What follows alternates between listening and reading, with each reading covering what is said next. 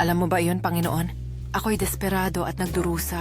Mangyaring dumating ka upang iligtas ako. Dumating ang Diyos upang iligtas ako.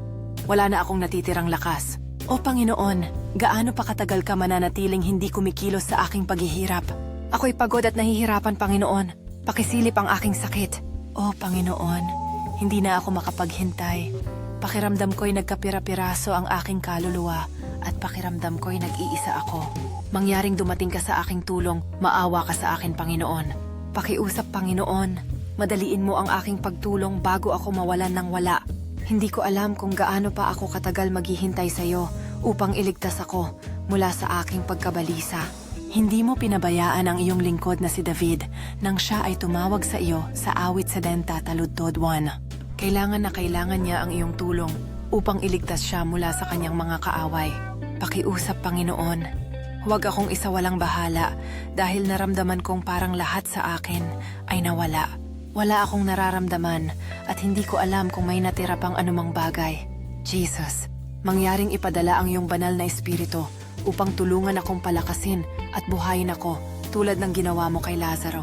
Naisip ng lahat na huli na pero nailigtas mo siya mula sa kamatayan na alaala niya. Nagtitiwala ako sa iyo, Panginoon, at alam kong walang bagay na hindi mo kayang maabot. Ikaw ang Alpha at Omega. Mayroon kang kapangyarihan sa lahat ng bagay. Sa mga panahon ng kaguluhan, naaalala ko ang mga kwento ng iyong mga milagro at iyong awa.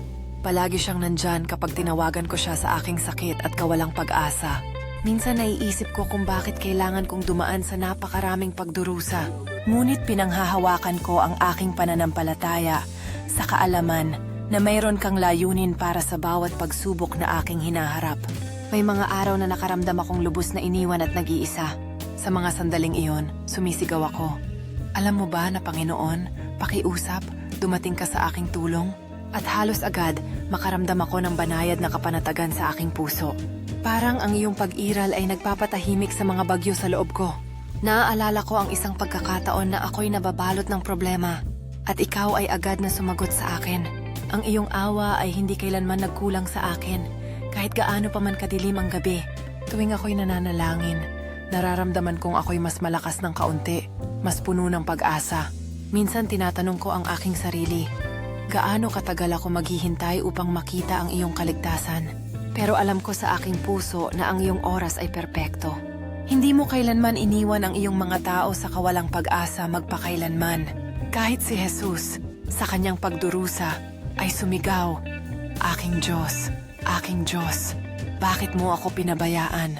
Ang kanyang pagdurusa ay nagpapaalala